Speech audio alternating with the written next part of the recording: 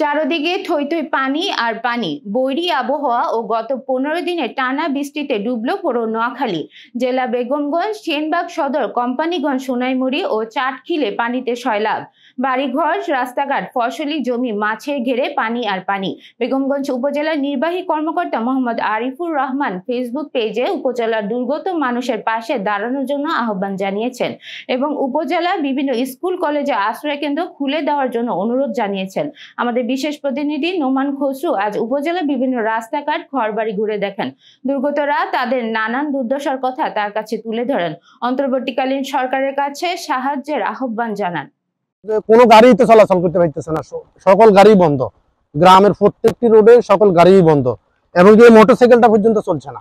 এটা খুব রিক্সে, এখন কি করবো, খুব রিক্সে যাওয়া দরকার, সমনি এই কারণে বাইরেছি। কিন্তু এটারে যাওয়া সম্ভব, গাড়ি মানে ঘরে ফিরে নেমু আমার মনে হয় যে না পারবো আর কি। হ্যাঁ, চারিদিকে পানি এভাবে থই করতেছে। যাক, এ ব্যাপারে আমরা সরকারের সহযোগিতা কামনা করছি। আমরা পানির ভিতরে অনেক কষ্টে আছি, দেখতে পাচ্ছেন আপনারা। চারপাশে জল পুরি গেছে, বুঝছেন। বাড়ি ঘর দুয়ারেও জল টল ঢুকি পড়ছে। আমার বহুত কষ্টে আছে আর কি।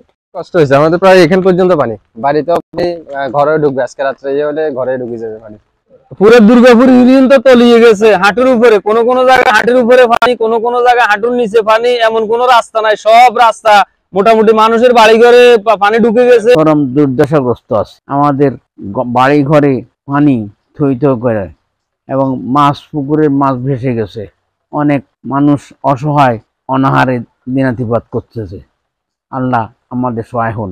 আমরা কর্তৃপক্ষের দৃষ্টি আকর্ষণ করছি, আমরা সহযোগিতা চাই সরকারের এবং মানবহিতৈষীগণের।